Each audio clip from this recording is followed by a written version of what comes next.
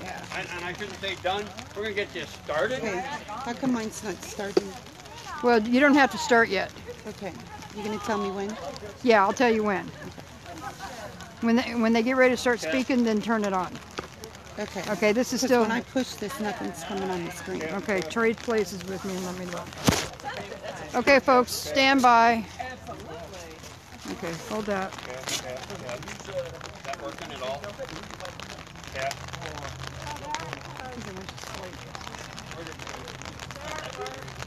Hey, Tina. Yeah, it went to sleep is what it did. Tina. And how do you wake it up? I just closed this and opened it back up. So I'm going to go ahead and close that. Okay. When you're ready to start the recording. Ooh, it's got a bright light. Let me, hold on, I'll bet you it's that. Yep, we got the light off. Okay, we've got some people in the room already. Good job. Can you hear me? Let me know if you can hear me. We are gearing up here. They're going to start their speakers in maybe 2 minutes. Testing. Okay, folks. Mother Nature says, hey, we love to challenge patriots. Yes, we do. We're going to get started here. We got some excellent folks here that are going to give us some words of wisdom, as well as give us some tools to work with here as we move forward in fighting for freedom and liberty here in Montana. I'm going to get a little bit of preliminary out of the way real quick. I'm going to cut it real short. But we're going to start, before we even go there, we're going to start with a prayer for the people that have showed up and the rest of the people in this nation. Start. I would like to ask... Is that open?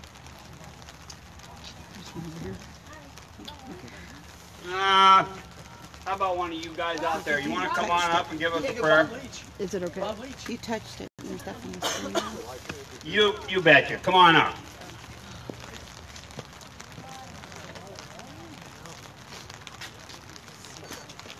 Listen up, God. Wait a minute. You've been listening all the time, haven't you? Dearly beloved, we are gathered here to do something good for everybody else. When we as a nation established the concept of equal rights, we meant everybody. And dear God, you sure brought us everybody. People of every shape and form and concept. And we as patriots, people who care for this land, want your help in making this better.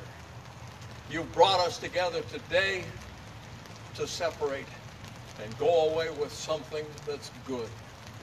And dear God, give more giving of good things to us. Make us a better people and a better land every day. Ladies and gentlemen, and God, amen. Thank you very much. We're on a roll now. I'd like to go the next step and ask Crystal Ivers to come up here and lead us in the pledge. I don't think I remember that. I'll do my best, all right? Of course you remember it. Really? I'm waiting. You're good. You ready? I'm ready. Where's the flag at? Right there. No, that's not a flag. The U.S. flag's right there. Okay. I pledge allegiance to the flag of the United States of America and to the republic for which it stands, one nation, under God, indivisible, with liberty and justice for all. Let's play ball. Play ball, she says. All right. Okay, folks, we're going to get this moving right along.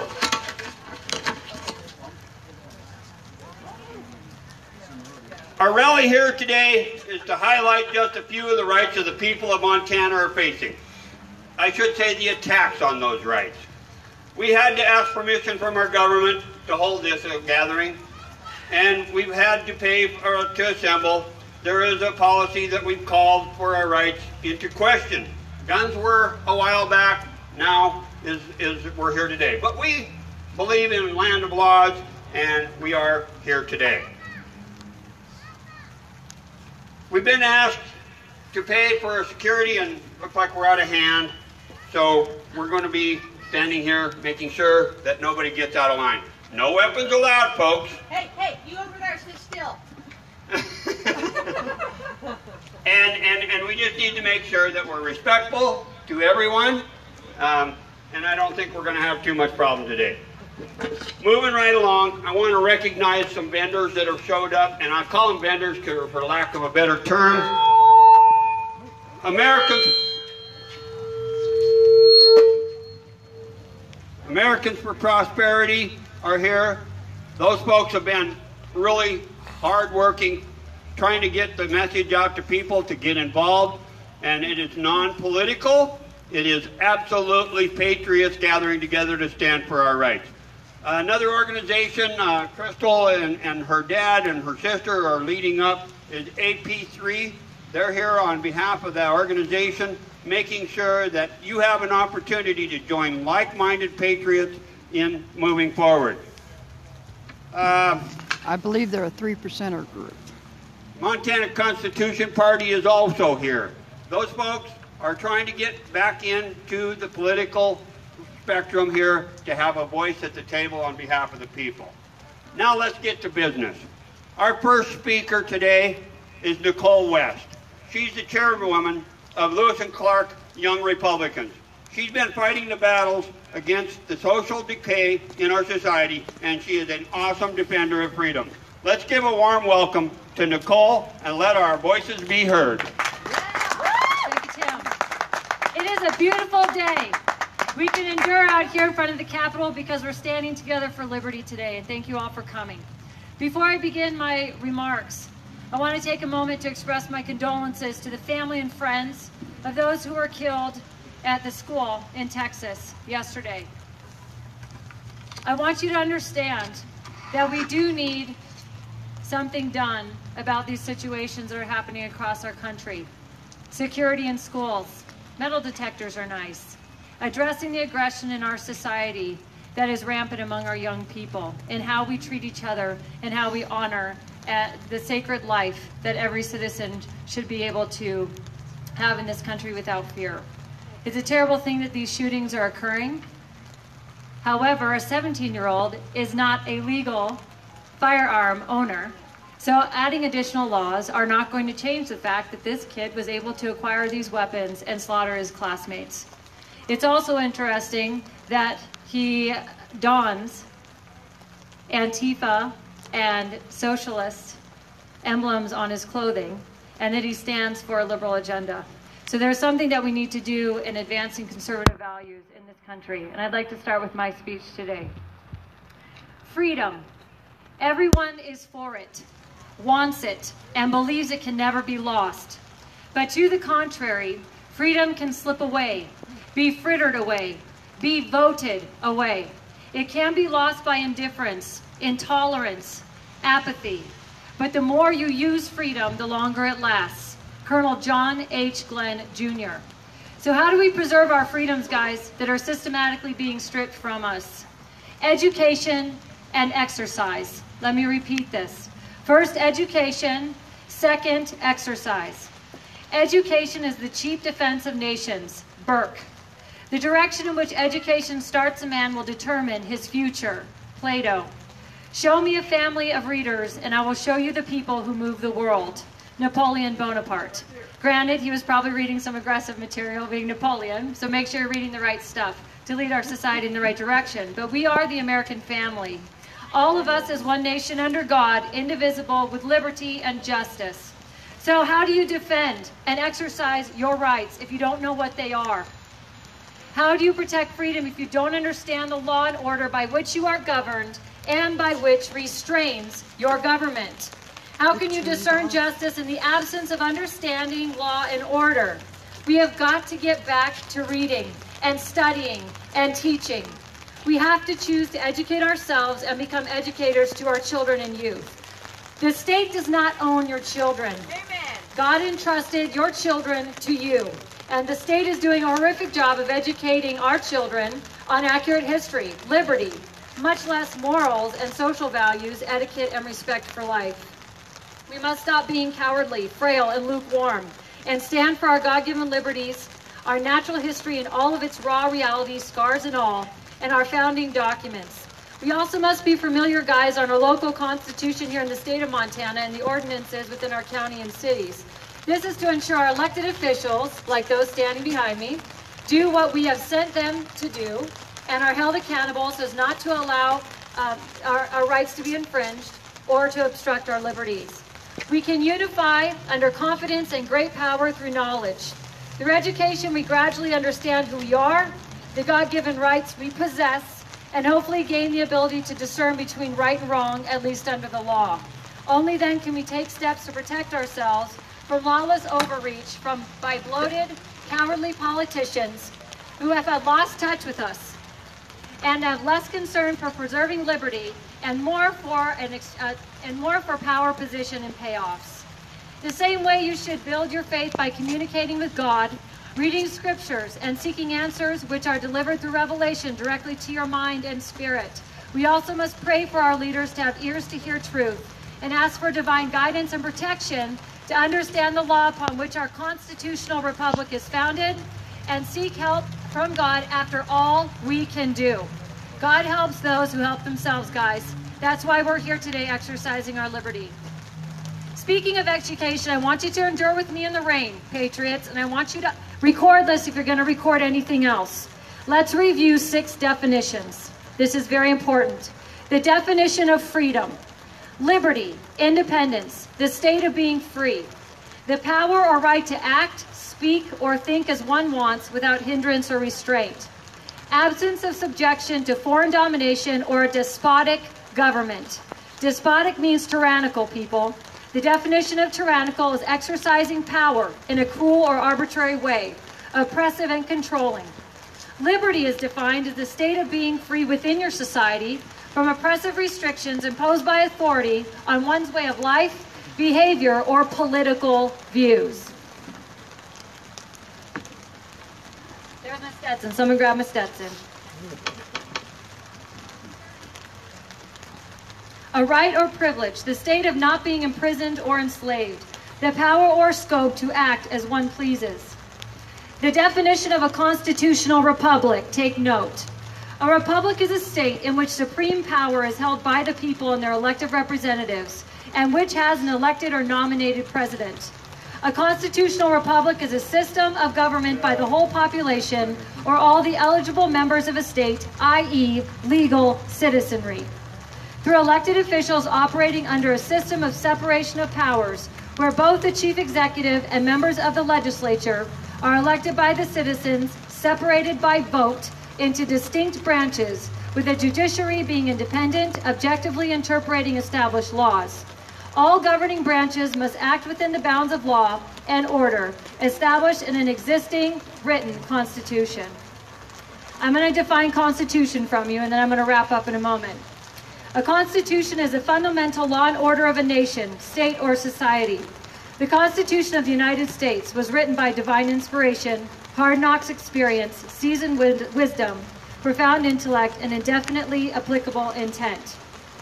It's very important, folks, that we get back to understanding and reading the Constitution, the Declaration of Independence, and all the founding documents. I want to share with you a story briefly, and then I'll close. I want to talk about exercise, step 2. What does it mean to exercise your freedom?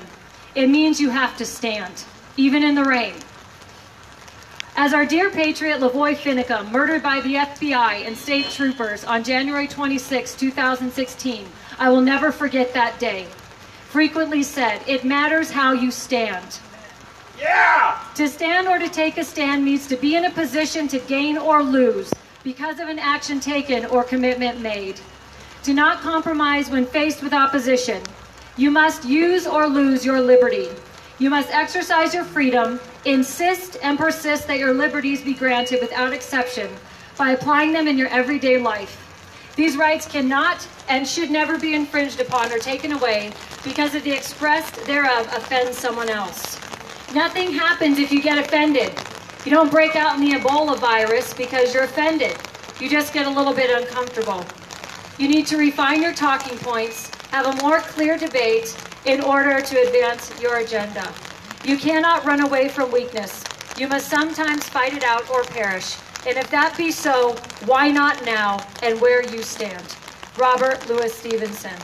I have about 2 more pages left, but I'm told to wrap it up. I want you guys to look at, because I'm an educator, so I get long-winded, deal with it. But listen, there are 2 cases that bother me here in the state of Montana right now. Okay? One is happening at Big Sky High School. Raise your hand if you're aware of what's going on with this kid.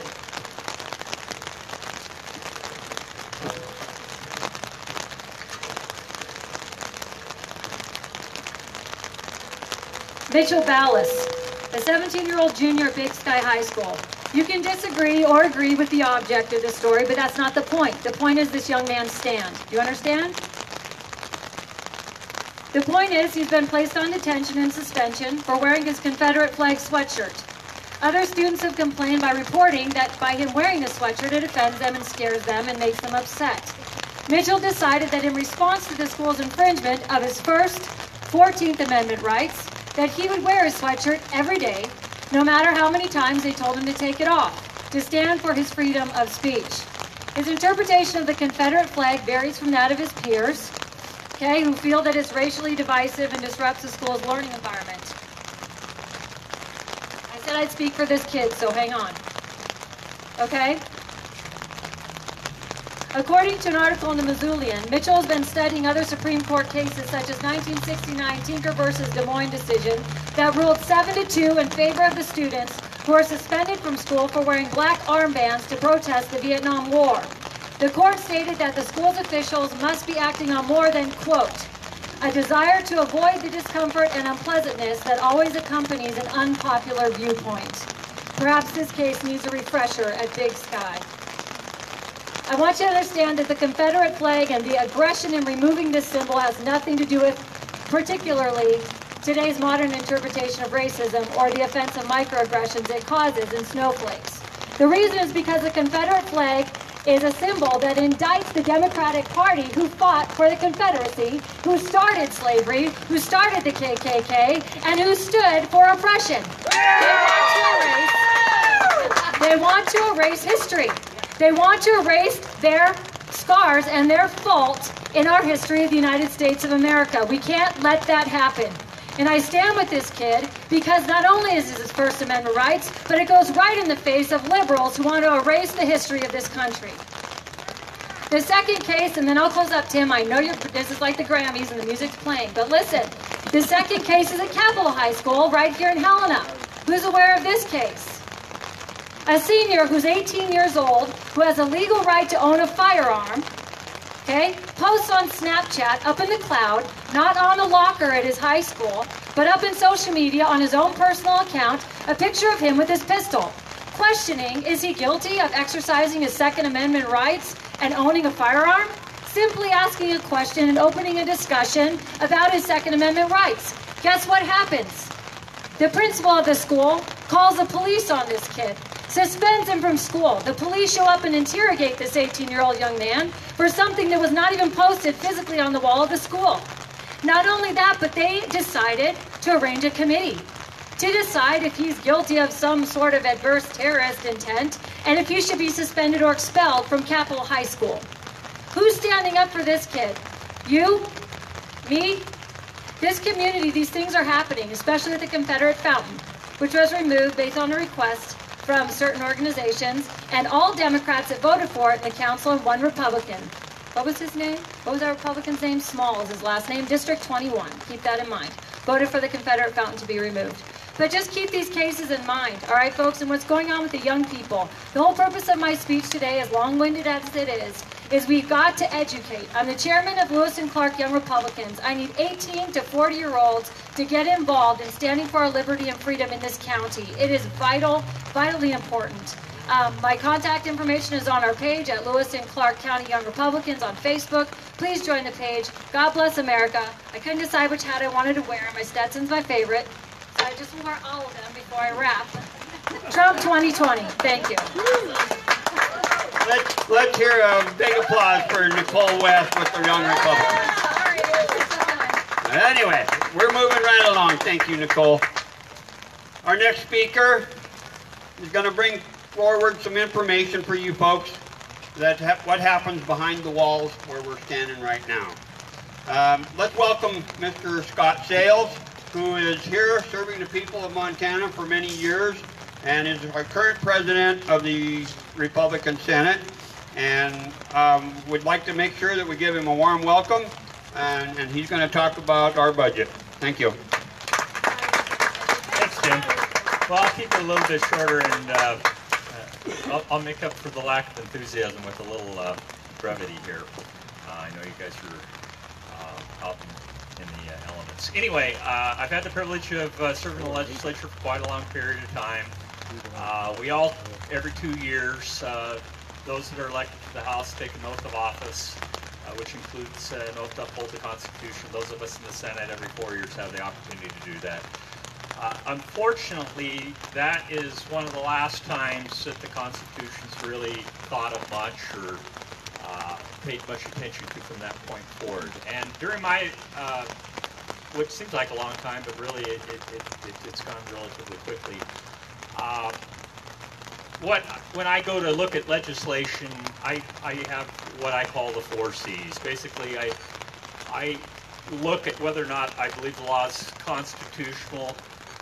First, second, I judge it whether or not my conscience can live with what I'm going to be voting on. The third thing that is the litmus test, is it good for my constituents? And lastly, is it good for my caucus or party? So anyway, with that said, just wanted to talk a little bit about the budget, but which has more than doubled in the 16 years I've been involved in the process up here at the state level. But really what I probably should talk about a little bit more than the budget, that's just a symptom that the budget has doubled. The problem is that we've gotten so far astray from the Constitution and the proper responsibilities of Congress that it's enabled this budget to really, at the state level and federal level, mushroom out of control. So if you go to Article 1, Section 8 of the U.S. Constitution, it gives the 18 enumerated powers of Congress. And one of those is to basically control the money supply and to manufacture the coinage. And it happens to be listed in there, our money supply is listed in there with weights and measures. And if you think about it, it seems very odd that you would put money, of all things, in with weights and measures, which is a foot should be 12 inches, a gallon should be 128. But it made perfect sense to them, and the reason why is they didn't think that a foot should ever be anything other than 12 inches, and a gallon should never be anything other than 128, and the value of money should never change. And so they took great measures to establish a money supply that Congress has control of, to make sure that it was basically a property right, that it was given that if you took money, it shouldn't change in value, just like a foot shouldn't be 11.5 inches and a gallon should be something less than 128. And with the advent of legislation passed in 1913 to create the Federal Reserve System, it basically took the power away from Congress and gave it to an unelected body that's neither federal and which has no money, which is the concept of a reserve. Ever since that time frame, we've seen an escalation of this hidden tax called inflation that eats away at the average man's wage and well-being. And it also it really accelerated first in 1933 with Roosevelt's act that basically took gold ownership out of private hands and increased the value of gold from $20 to $35. So basically they expand the money supply by double overnight. And then when we went off the gold standard in 1971, it gave pretty much Congress the ability to spend indefinitely without any consequence. For them, however, there's been a huge consequence for us. Just a small concept, if I could just paint this picture. If you Google average house prices in the United States, 1933, it'll say something, I think it's $5,750 is what a house cost. The average house in America was worth in 1933. Gold was $20 an ounce. Fast forward to today, gold's around, last time I looked, $1,300 an ounce, and if you Google Average house price in the United States in 2018, it's about $385,000. If you take the concept that money shouldn't change, and you sold a house in 1933 and you put 5,700 paper dollars in a safe deposit bank, one man did, and another man took it in gold coins the day before they were outlawed, and put that same amount of money in gold in a safe deposit box, took it out, we're good? If you fast forward to today, which is about 85 years from that date, if you take the price of gold and the same number of coins, oddly enough, it works out to within $10,000. It's like $375,000 is what the gold would be worth today. And guess what? The $5,700 paper dollars that you put in there, you can't even buy a good used car for. So, I guess the moral of the story is that oftentimes things aren't what they appear to be. We need to get back to a constitutional government. We need to elect people that adhere and take their oath of office seriously. And we need to reward people that do take their oath seriously, and those that don't, there needs to be consequences for. And we're going to have an election here, a primary in just a few weeks, and followed by a general election roughly 6 months or 5 months later.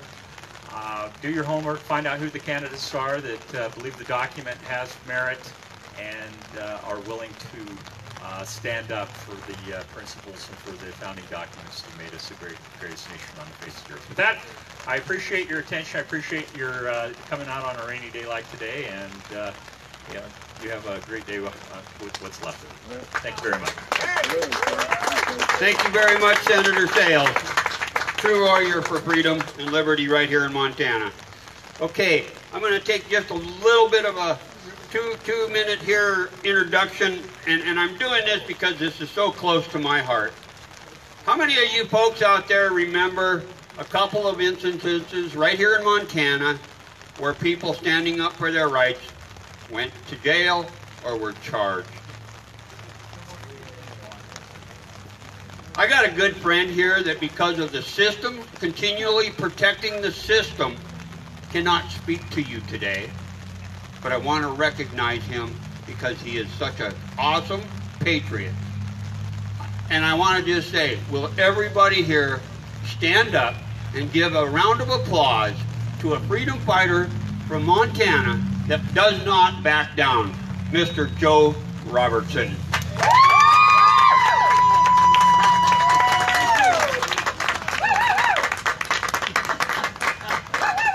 I will add that Joe was our kind of a scheduled surprise guest today, but because of his freedom is more important to be able to fight while he's out here with amongst us, and he cannot do anything if the Gestapo, if you will, puts him behind bars again.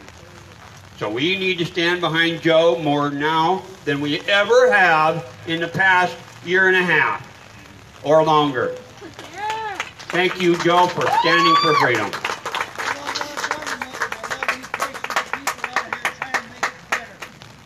The next guest that we got to speak to us today is my good friend from over the hill.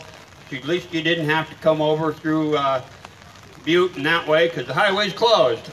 But I'd like to introduce Representative Teresa Mandela, who's coming here from House District 85. Teresa's been on the battlefield right here in this house behind us. She's been fighting the compromising of our rights for years and years, and does that at home, in her life, in her hometown. And I'd like to make sure that we give a warm welcome to Teresa and make sure that we all know that the freedom fighters of Montana are the people that are here today. God bless you for standing out in the rain. God bless you for being here. I am Teresa Mandela. I have the honor of representing the fine people of House District 85.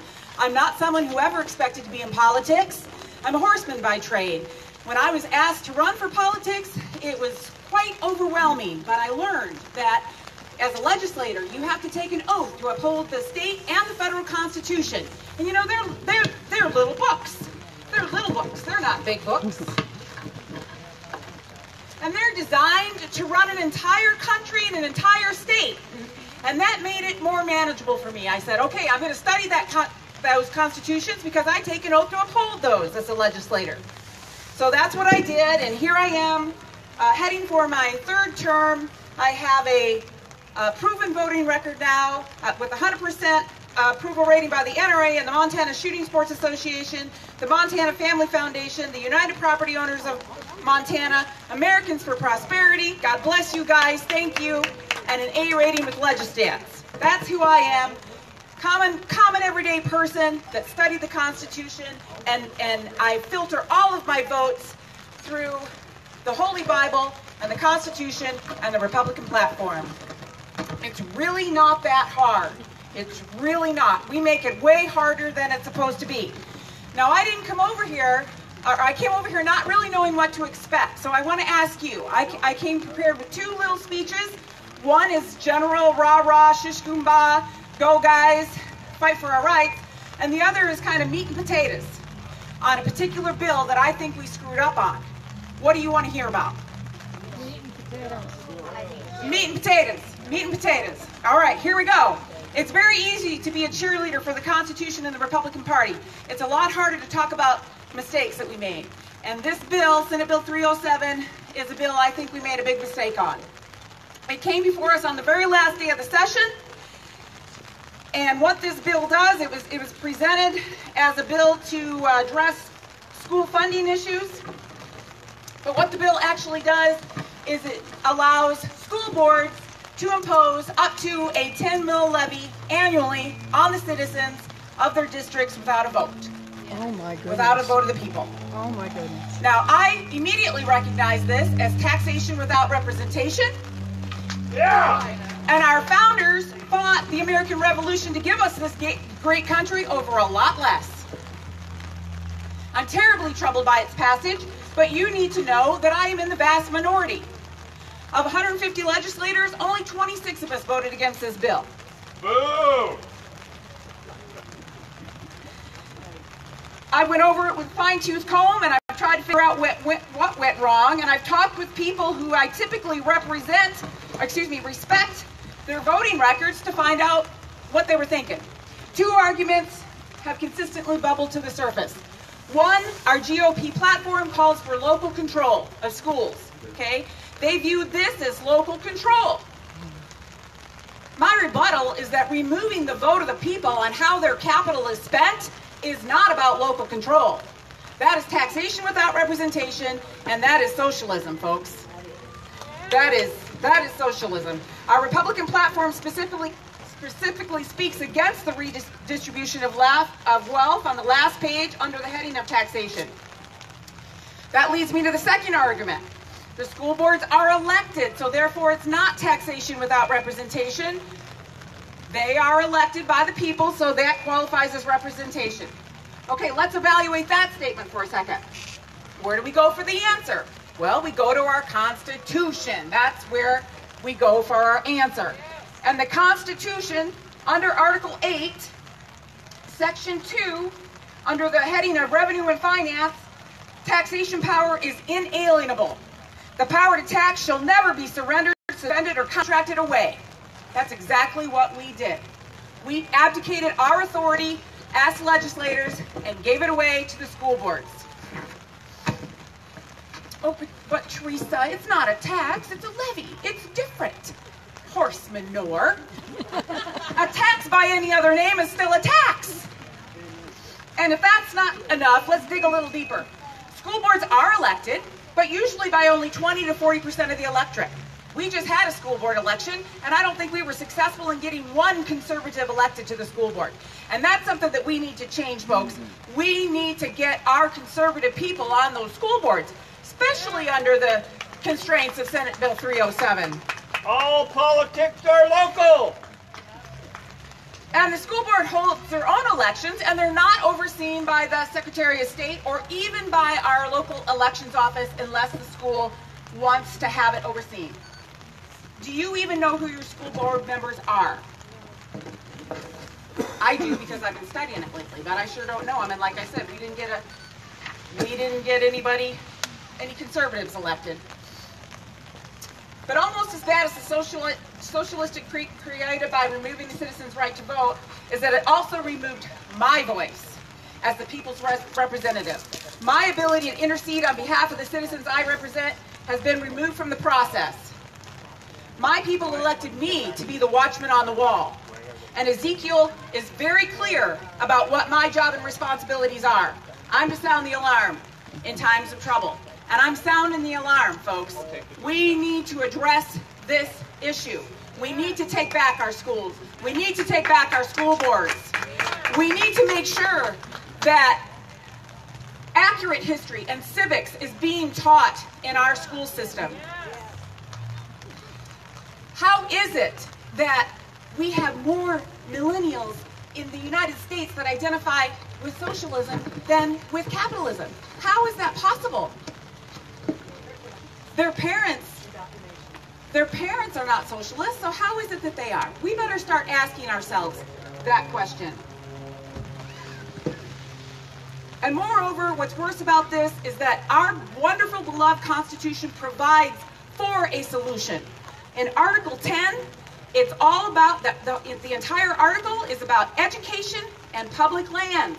Isn't that interesting that our founders had the foresight to put those two together under one article in our Constitution? Our Constitution provides that our public schools will be paid for by public lands, by the proper management of school trust lands.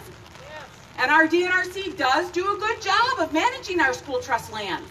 But we need to be evaluating them and make sure they're doing it to optimum efficiency, and maybe we just need to consider adding some public lands to the school trust program. It's not like we are short on public lands. In my county, we've got 73% of my county is federally managed lands. Wouldn't it be nice to take some of those public lands and manage them effectively for a revenue-producing income to fund our schools and take this terrible tax off the backs of our citizen in a state that is number 43 in economy? Okay? So that's my word for you. If you agree with me that I am correct, again, I'm in the minority here, you need to go home and have a respectful conversation with your representatives and address this issue with them.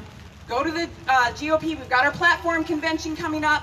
We can tweak our platform a little bit to make it a little bit more clarifying, and then we're going to have to revisit this next session. And we got a whole lot of minds to change if you agree with my perspective on this. Thank you for your attention. Good job. Thank you, Representative Manzella. I'm going to jump right into the next one. I know everybody's getting soggy. I can see it from here. And unfortunately, I'm kind of being spoiled here. Well, it's not unfortunate, I guess. The next speaker that we have is going to be coming again from the other side of the hill here, up in the northwest part of the state. And, you know, we all heard the stand before, whiskey's for drinking and water's for fighting. Now, this man has been a warrior for property rights, as well as our water battle that's been going on in this house behind us and is being transferred to that district of corruption in Washington, D.C. We need to be able to make sure that everybody is still in the fight for this, and I'd like to represent Representative Derek Skees, coming from House District 11, and again, give us a good hand for a representative that's fighting for our rights. Thanks, everybody. I was going to start my speech out that way. For an Irishman to admit that whiskey's just for drinking and water's for fighting, that's a huge step, so I agree totally. It's been my pleasure to be involved in this fight since 2011. That was my first term serving, and in 2010, I met with some realtors, and they said, you know about the CSKT Water Compact? And I said, wow, no, I didn't. What's up with that? And from that point on, now I wish I didn't know all that I know about this Water Compact. I went to every single meeting except for one that the Water Compact Commission had in the discussions. So I'm informed on exactly what they did and exactly what they said. So I'm not just speaking like a normal politician. I was there. I fought it from the very beginning. Every single meeting they had, we tried to introduce evidence to the contrary of some of their basic assumptions. Like, for instance, no tribe in America, anywhere, has the right to off-reservation water rights. It's not quantified by judicial decree, and it's not quantified by treaty. But yet this tribe wants off-reservation water rights. And why is that important to you? Because the compact as passed includes every drop of water, except for the exceptions that certain legislators in here negotiated for, is involved in that. That's every bit of the drainage west of the Continental Divide. And it's also important to you over here in the east because Montana cannot treat one tribe one way and treat the other tribes a different way. So guess what's coming your way if this continues on its path? We tried to introduce, there was a second Stevens Treaty that was actually ratified before the Hellgate, and it gave stronger representation to the citizens. They refused to accept it. We tried to say that the Hellgate Treaty in itself, on Article 8, it pledges them to commit no depredations on the other citizens held common in the territory. Taking our water is a depredation, and they wouldn't accept it.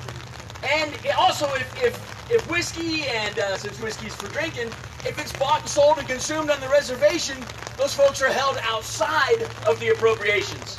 And so I asked them, is that happening on the reservations? No comment. So why is this compact so bad?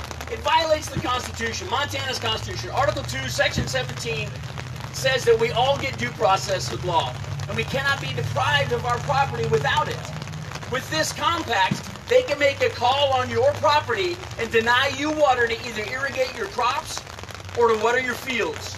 That is a taking, and you will not be guaranteed your access to due process. Article 2, Section 18, it said the state is subject to suit. You cannot make what the state does immune to persecution, or I should say to you filing a lawsuit against them. That was in the bill, and it passed. If that's in a bill in Montana, it needs 2/3 of the legislature to pass it, and it didn't. It barely passed by a couple 50 votes. And so we said, hey, wait, it's unconstitutional. It was passed incorrectly. So they sued it, went to the courts, and guess what the courts in Montana did? Oh, we'll just take that one little clause out. You're okay. We'll let the rest of it stand. If a bill's passed unconstitutionally, how is the bill still constitutional? I don't get it. And final little bit of an esoteric thing I brought up to them, and they all looked at me cross-eyed, was, how can the U.S. government have a treaty relationship with a U.S. citizen? You can't. The U.S. citizen, by definition, is the sovereign in America. You cannot have a treaty with the U.S. citizen. So let's talk about some bad actors. If you guys want to go back to when it was passed, in the Senate there was a lot of discussion I thought was really good. And one of them was that the tribe does not negotiate in good faith. And so there's a bunch of examples going on with this in Lake County. If you want to spend a little bit of time and find out what they're doing. First off, for over 25 years, they haven't had a clear title on any land that's bought outside of the tribe. They're waiting for the tribe to adjudicate the clearance of your title. Because the tribe has said in multiple meetings that they want to remove the white man from the tribe and have only the tribe own the land. That land was opened up to homesteading, and those clear titles were given to them by the U.S. government. So that's wrong in and of itself. Also, they said that remember, it was a carrot and a stick. The carrot in here was, hey, if you pass it, we won't file 10,000 lawsuits against all the water rights in Montana. Do you guys remember that? And then the stick was, well, if you don't pass it, we will. Well, guess what? They passed it. I didn't. They passed it. And what did the tribe do? Filed 10,000 lawsuits. These are not good actors. Also, Kerr Dam. We're looking at Kerr Dam in Montana. I know it's not involved in the compact, but it shows how they're not good actors. They got control of the Kerr Dam, I guess, about a year ago. Kerr Dam now has one operating turbine. There was 3. The rumor is that one of them doesn't even work anymore because they forgot to add oil to the dam. They told Lake County that they would continue to maintain the $1.5 million in property taxes to the schools in Lake County if they took the dam. The minute they got the dam, they took that $1.5 million away, and now Lake County's in a lot of trouble. If you look at the Senate testimony for the Water Compact, also, you'll notice that there were some really brave tribal folks that came up before us and told us, do not do this. The CSKT government is incredibly corrupt. There it is, right out of the mouths of babes. So, short story long, because I know we're running out of time, and I appreciate everybody standing in the rain. But if this goes through, we have regulation without representation. They can tell you what to do, and you have no recourse to stop it. They can have taxation without representation. You guys remember what we fought back in 1776 because of that? Because they can fine you or take money from you for the use of that water or for them stopping you from using that water. And last but not least, you can't even get a vote on their committee because, well, some of you may, but it's entirely based on race. You cannot participate in the vote for what that water does unless you are part tribal. So none of us that aren't tribal have a voice. How is that possible in this nation? How is the rebel flag a symbol of tyranny and hate when the CSKT will not let you join in your voice if you live on the reservation if you're not tribal? It's insane. Folks, there's a lot of good people that fight inside this building. And I've said it before, there's Democrats in both parties, but there's only Republicans in one. Join us. Join us in fighting for what's right for you by picking the right person in the primary. This is half over by June. Teresa and I and Scott are really sick of Democrats in our party coming to Helena and voting with the Democrats against your conservative principles. Amen. And a dozen or so folks that consistently do this is why we're in the straits that we are in Montana. Please, I beg of you, pay attention to your primary fights, vote in your primary, and send us some good people in Helena. Thank you. God bless you. God bless Montana. Man, if that doesn't nail it, nothing does. I'll tell you what, that's where what we're here for. I need to make an announcement and an apology to some folks here. The state administration has advised our folks down here that we're bringing attention and asking for some donations to help cover some costs, are being told to pack their stuff. I almost used a naughty word. And moving out. And I've asked why. And I have a permit, the permit's in my name, and I need to find out why, under what statutory authority do we have to be removed from our people's place. This is insane. This is just flat out insane.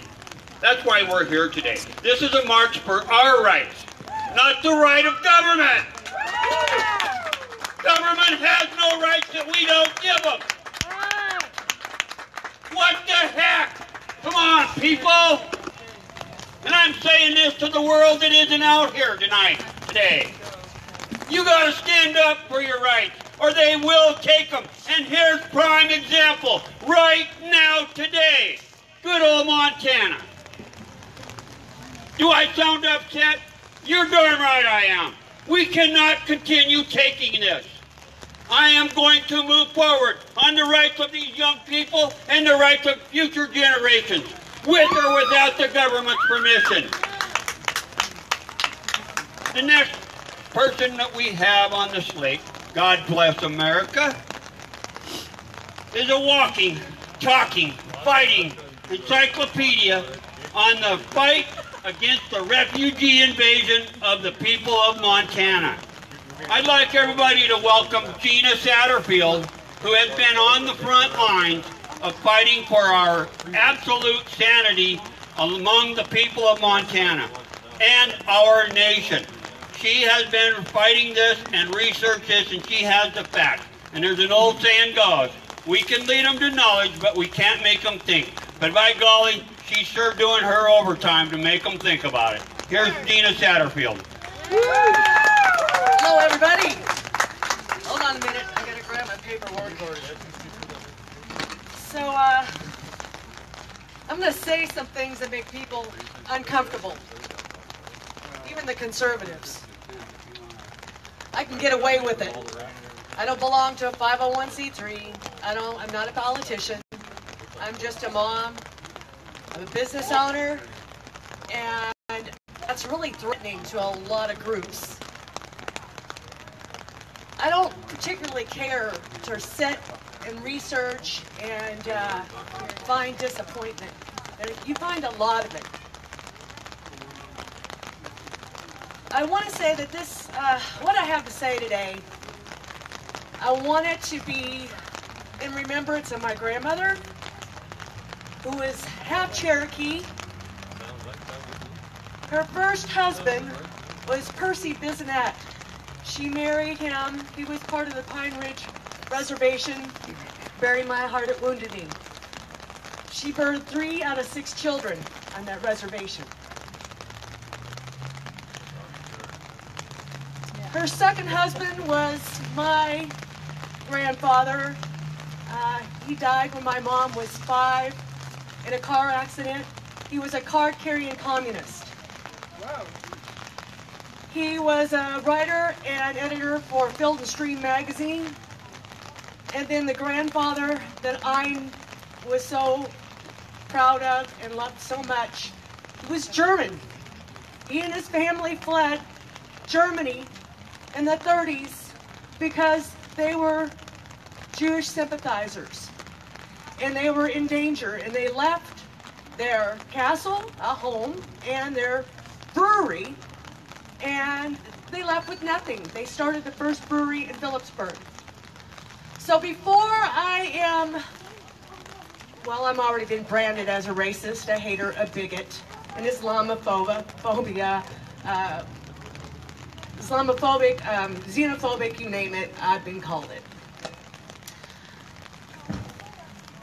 I just want to say that I have a few papers here, things that I've been writing the last few days, and it's not pleasant.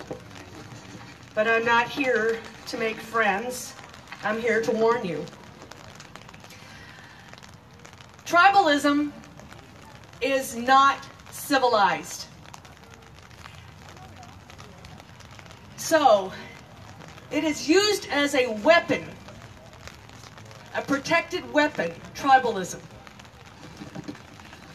And when I say that, what do I really truly mean by tribalism is a weapon?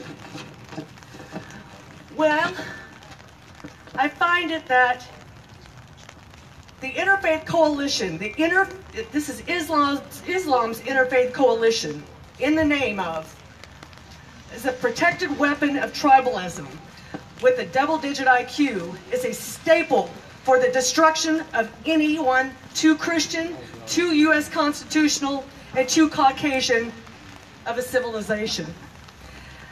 A little gang rape, some human sacrifice, sprinkled with drug and sex trafficking warlords, with the norm of I can't say the word, of generational incest is to be globally shared. Do you understand that? Globally shared. You have to feel the pain while being taxed to death to pay for global citizen invasion and their United Nations shadow pimping government of a 501c3 nonprofit tax-exempt religious, charitable, political, private, public partnerships that petition away your voice, your vote, and your power to have you jailed and or to be sued for protecting yourself, your family, your history, your culture, your rights, and your white supremacy property as they brand you as a racist, hater, xenophobic, bigot, Islamophobic, kafir, infidel, patriot. Is this too harsh for you? Get over it, because locally we are screwed. We're screwed if we do not stand up and raise some hell about it. This is what's happened just recently in the last couple of days.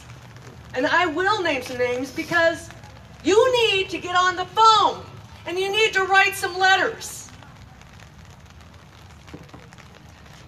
Dear Mrs. Helena, Montana Immigrant Justice Alliance, border crossing immigration attorney's new wife. To answer your questions and celebrate that I'm not in jail for engaging in your premeditated butt-whooping as you were trespassing, shaking with tears, yelling, getting in my face, and spewing the convulsive F-bombing in my place of business. You were just as fortunate as I to have my sister-in-law there, for it was your intent to have a physical confrontation. Thanks to my sister-in-law and to a friend on the phone, I called the police immediately. I have a CFS number on you. Yes, I said I recognized you without your scarf as soon as you walked in, and that's why I said, get it all out. Yes, I do not care. I know you both have children and families, which I said nothing about them. But this is not going to stop me from exposing your American Civil Liberties Union award-winning Islamophilia, gang-banging pandering, lying, manipulative dawa, which means goal of Sharia, husband. He does not care about our two Christian, two U.S. constitutional, two Caucasian children and families, or about any race or religion that do not agree with his white supremacy Montana racial equity project branding agenda. Shahid wants recognition only if you are a Marxist that agrees and praise him, for his unconstitutional bullying. And I'll leave it at that. I'll leave a few words out. He can't handle it when we the people, or a hairdresser, call him on his Montana Human Rights Network, Southern Poverty Law Center, CARE, Council American Islamic Relations Interfaith Coalition, pimping of the hijra of illegal immigration, sanctuary cities, refugee resettlement, civilized jihad process. You married high profile. You deal with it. You ever walk your useful idiot self on my property again, and you will be arrested.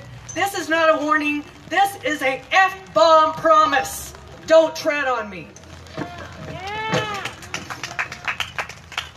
Do we have to be done, Tim? I'm not quite done. Yeah, you are. I have to be done. Okay, I'm going to say one more thing I want you to be aware of, since it's so important. I want you to be aware of opportunity zones. They are basically what is, there are thousands of acres in 25, there's 25 opportunity zones. Many in large towns, 7 zones are located on every Indian reservation in our state. And in Marr County, there is over 8,000 acres that include mining and the Save Our Smith River propaganda. Beware that this land that they are calling opportunity zones, look into it, because when you put UN next to the name, it comes up. There are the WGM group, Working Group on Minorities. It is reparations, people. Reparations. Fight it. Right on. And you may ask what an EB-5 is. First, you slip your immigration lawyer a big kickback of cash. The EB regional centers that are mostly Chinese are a Trojan horse for rich immigrant investors and their families to pay $500,000 for an American citizenship and walk in front of the American investor to build huge infrastructure projects. They get rich quick, for it's only profitable to hire cheap or part-time workforce labor, which are immigrants that stay on the dole as we are paying for them to do so. Have a great day. Stick that in your pipe and smoke it. Hey! Did I tell you he's a walking warrior and passionate about fighting this abomination that we're seeing in our nation? Let's have another hand for Gina for having her resolve to stay with it. God bless her. I wanted to let you guys know, those that are here, that I have some cards here. One of the things that I want to have happen today is I want everyone here to come and get one of these cards. What these cards are is something that you need to either carry in your wallet, or you either need to put it on your fridge, maybe take a couple to your neighbors. What these are is it's a card that says, take the time to engage in the battle. If they don't hear from you, they will take your rights without a fight. Get engaged, because a few people, and we've heard from a few today, cannot carry the weight on behalf of everybody. We need to be all working together. So join the battle today. And on these cards, we have listed all of our representatives that are in a position to say no to no more government theft. If we don't hold these people accountable, then who do they work for? It sure as hell isn't us. So you're going to find Senator Daines, Senator Tester, Congressman Gianforte, Governor Bullock, Superintendent Elsie Arnson, Mayor Wilmot Collins with the tragedies that are going right here in Helena. You're going to also find the numbers of Immigration Justice Alliance. That's an attorney organization that's geared up, taking away a lot of our rights. Gina spoke a little bit about that. The Helena City Commission, Montana Secretary of State, and our Montana Attorney General. When you see wrong, be heard. Please, everyone, come up and get a card when we're done here, and take a couple of them. I got plenty here. And share them with your friends. Put them on your fridge. Put one in your wallet. Put one on your visor of your vehicle. So when you see wrong or you hear wrong, you can be making sure you let them know. We have one last speaker that I would like to have. I need to have an announcement on a tragedy that took place here in Helena. It's an update on a good friend and a fellow patriot. And Nicole West would like to just give us a real quick update on her, and then we'll go to our final speaker. Thank you. Who knows John Lamb? Joe, he was there for you every single day. He was there for the Bundys, for the Hammonds. He's been a road warrior going back and forth around this nation on donations, on his own dime. He's a wonderful family man who lives outside Bozeman with his 11 children. Beautiful family. John was here last gun rally, feeding live. Supporting, of course, anything in regard to our liberties. John was driving his trailer back toward Bozeman when he had a collision with a semi. He was crushed. Every single limb was broken but his right arm. 12 ribs were broken. And the amazing thing, by the power of God, is his head was untouched. His truck was folded up completely. Saw that, Joe? John's such a miracle, and his wife has been there by his side. They've had many people reaching out to the family, but please, if you'd like to donate to this family, John's going to be in a long haul for recovery, and it's left quite a void in the Patriot movement because he's the one outside the courtroom every single time with banners, putting live feeds out there. He is one of the vital pillars that spread to media, against mainstream media that was, misinterpreting all of these cases by bringing truth to this scenario. And we just want to thank John so much. Go to his Facebook page, John Lamb, One Man's Last Stand. There's links on there to their PayPal account. Please donate to this man. His wife, they have 11 children that they need to take care of, and they've lost their provider. He's in the hospital at, is he in Billings, guys? Billings or Bozeman? I'm not sure which one. Correct me. But anyway, so please support John. Keep him in your prayers and donate to the family if you can, and honor this man for how he's honored us. Thank you. That is a given, that we stand united when we're in need. We are Montanans, we're Americans, and that's where our hearts are, and that's where we live. I got one other announcement before our last speaker, and I'd be really amiss if I didn't pay recognition to a good friend from Idaho that's come here to help us get our word out. Sherry is with Redoubt News, and I don't know if you folks have been over to the Facebook page or followed the Redoubt News, but if you haven't, you're missing the boat. This is our kind of news, and that's why she's here. If those of you that were here at the last rally that we had for our March for Our Guns, we had Comedy Central show up, and they were out here playing a tragedy on our message, playing the thing at both ends. But I can guarantee you, if Sherry comes and asks you to do an interview on behalf of American freedom, you have got a winner. Because there is no fluff, there is no BS, it's all about the truth. And that's where we're at. We need to speak the truth and not be afraid to speak the truth. And Sherry's here to record that and send it across the West, maybe Northwest, maybe across the world. But at any rate, by golly, I just really am really proud to be her friend, and I'm so happy that she could make it over here today.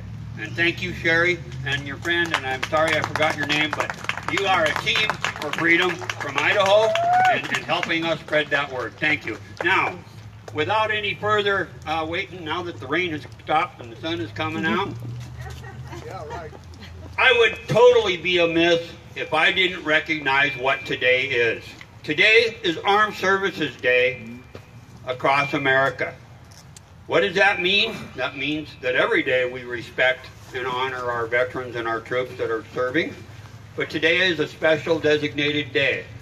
And so what I would like to do is I would like to introduce a young lady that has real close to my heart, and I'll say that because she's my daughter. And she served in Iraqi freedom to protect our freedom and make it available for us today. And so she's going to give us a little tribute to those veterans and active service members that are out there right now. They're fighting battlefields abroad. We're fighting the battlefield here. So please give a warm welcome to Sabrina Ravendal, veteran and patriot. Thank you. All right, who's looking forward to Memorial Day? Yeah, okay. I'm going to be your favorite speaker because not only am I last, but I'm the shortest. Thank you. So like you said, Memorial Day we celebrate those who have fallen in service to the country. On Veterans Day we give tribute to those who have served both through combat and through retirement. Armed Forces Day is celebrated today, the third Saturday of May, paying tribute to the servicemen and women who serve now, who are actively serving as we speak. On August 31st, 1949, Armed Forces Day was created to replace the separate armies, Navy, Army, Marine Corps, and Air Force Days.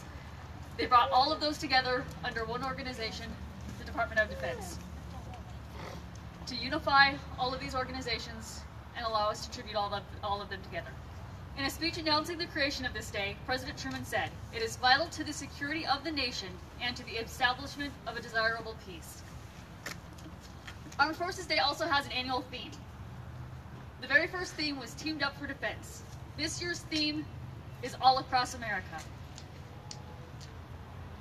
So let's today celebrate our actively serving service members in the active duty, the reserves, the National Guard, and all the sacrifices they give every day in service to our country. Woo! Thank you. Amen. Speaking of Memorial Day, over on the table there was some, and if you don't see any more, I brought a whole bunch of those small flags. If you have a veteran that you're going to go visit at the cemetery on Memorial Day and give your respects, or a loved one, those flags are for you. I brought them because I want everybody to have one of them on behalf of our efforts today. And now, with that said, I'm going to ask a real good friend to come on up here and give us a blessing to close this.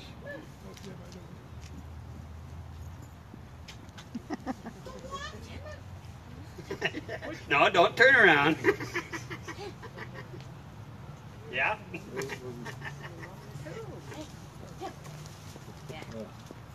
There's another lady that's been a warrior on the battlefront of freedom forever.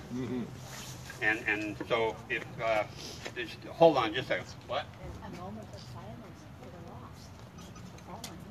Okay, I was just reminded for us to take a moment of silence here for our fallen heroes on this special day, and I appreciate that reminder. So let's just take a moment of silence, and then we'll end with a blessing of this event for tomorrow.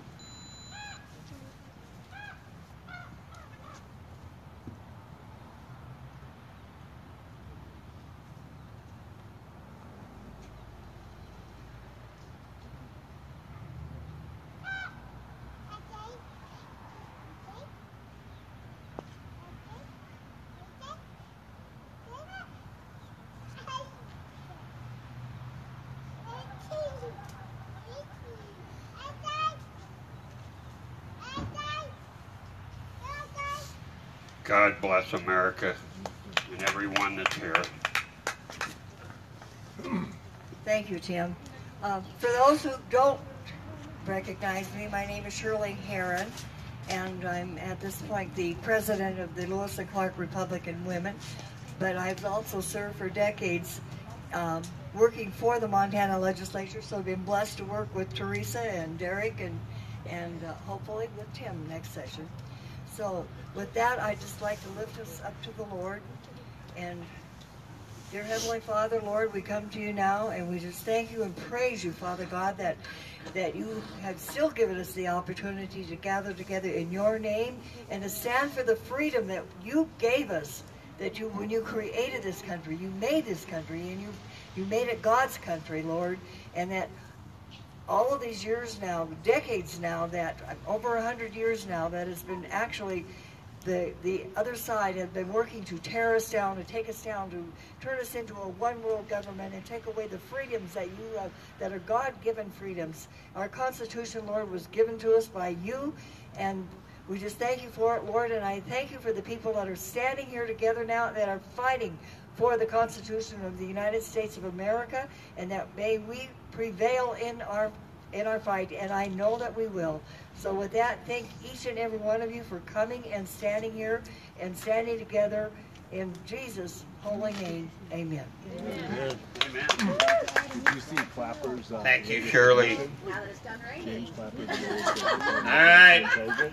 We have the clouds have been parted, but we haven't decided to part from our fight, have we?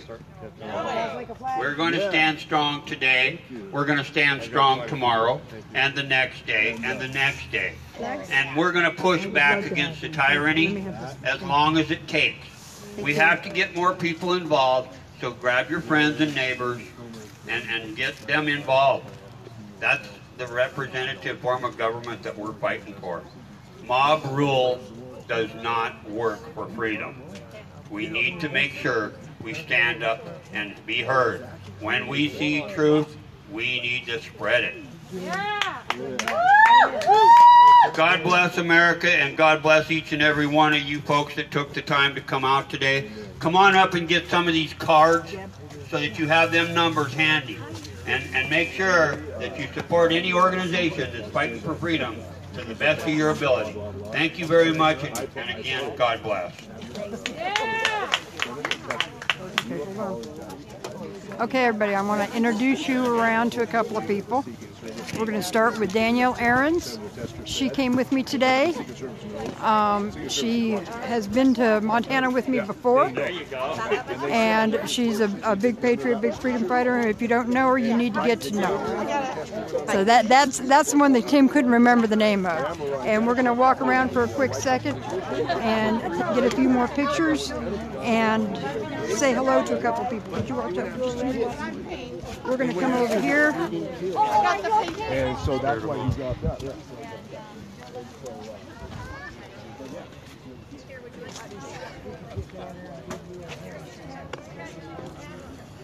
Joe is talking right now, but we're going to be meeting with Joe after everything is over and done with, and we will let y'all know how it goes. But he's with somebody right now, so we won't interrupt him. That is the security officer that's trying to make everybody shut down, but then he changed his mind. As Tim told y'all, he originally, I believe it was him, he originally told everybody they had to shut down because they were asking for donations. Then after it was announced up here on the stage at the podium, he said, no, you just have to move to the sidewalk because they didn't have any stakes for the grass. So that's how that one worked out. Yeah, we the people, the voice can be heard, even in small amounts. We're going to come up here. Hold on just a second. I will be getting one of the cards. I will be giving a list of speakers. Thank you. Watch it. It's all good. I know I've been getting wet. Carrie Robertson, wave to everybody. Everybody, this is Carrie Robertson, Joe's wife. And this one is not Sasha. This one is... This one's Feather. Feather. This is Feather. Our new service dog. Yep. Other service dog. They are training a new service dog. Sasha is down there with Joe. We will meet Sasha later. I need to get one of... I need a couple of those. Where? Here, honey. Yeah, I need a couple of those. Okay, here's 3. How's that? I can't count. That's all right. This is Crystal, everybody. She is one of the driving forces behind today's rally, and we really appreciate her. I will be posting pictures of this card they're handing out. This is one side, and then this is the other side. But I will post those pictures in the comments and such later. That's Tim Ravendall. He's one of the other driving forces here. Awesome. Tim, wave. There you go. Okay, I am going to close this live stream so I can get a few other things done. If we can, we will bring Joe Robertson to you later. And all right, Danielle, one more hello, goodbye. Hello. Goodbye. Thank you for being with us today. Okay, we will be back, everybody. Thank y'all for joining us. This is Sherry DeValley with Redoubt News.